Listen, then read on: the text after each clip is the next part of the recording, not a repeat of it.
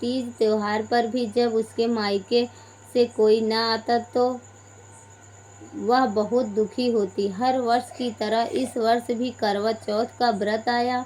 अन्य बहुओं के मायके से उनके छोटे भाई करवा लेकर आए, पर छोटी के मायके में यदि कोई होता तो करवा भी लाता।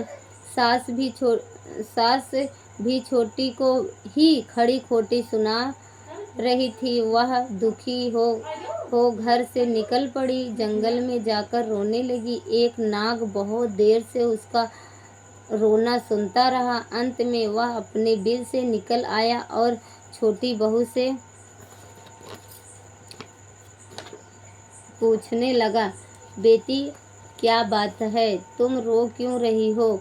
छोटी बहू बोली, आज करवा चौथ है, मेरा कोई भाई नहीं है। यदि मेरा कोई भाई होता तो आज जरूर करवा लेकर आता। नाग को छोटी बहू पर दया आई। नाग ने कहा, बेटी तुम घर चलो, मैं अभी करवा लेकर आता हूँ। थोड़ी देर बाद नाग ससुराल पहुँचा। ससुराल वाले इतना सामान देखकर चकित हो गए।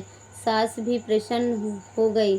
सास ने प्रसन्न मन से छोटी बहू को नाग देवता के साथ भेज दिया। नाग देवता ने छोटी बहू को अपना सारा महल दिखाया और कहा, जितने दिन चाहो आराम से रहो, मन चाहा खाओ, मन चाहा पहनो, पर एक बात याद रखना, सामने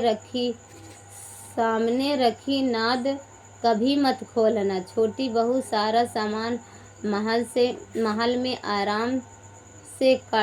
सारा समय महल में आराम से काटती, पर नाद के बारे में उसकी उत्सुकता बढ़ती जाती। एक दिन जब घर में कोई न था, उसने नाद को उठाकर देखा तो हजारों छोटे छोटे सांप के बच्चे इधर उधर रेंगने लगे।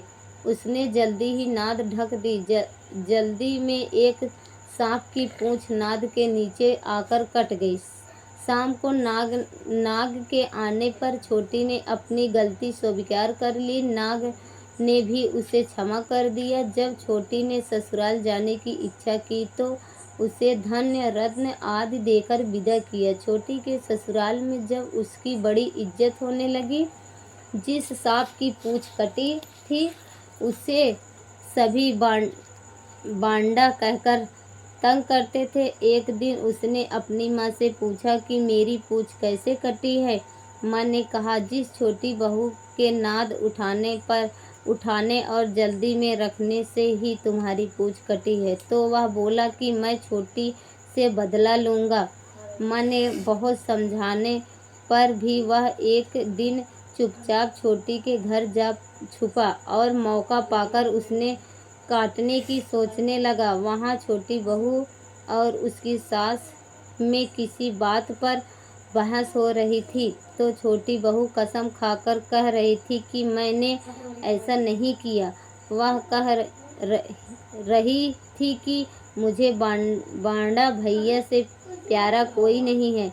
उन्हीं की कसम खाकर कहती हूँ कि मैंने ऐसा नहीं किया। बांडा ने जब सुना तो सोचने लगा, जो मुझसे इतना प्यार करती है, मैं उससे ही काटने आया हूँ। वह चुपचाप घर चला गया। माँ ने पूछा ले आया बहन से बदला? वह कहने लगा, माँ बहन से कैसा बदला?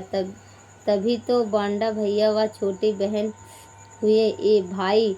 प्रतिवर्ष चौथ के दिन करवा लेकर जाता। वह बहन के बड़े प्यार से करवा चौथ का व्रत करती।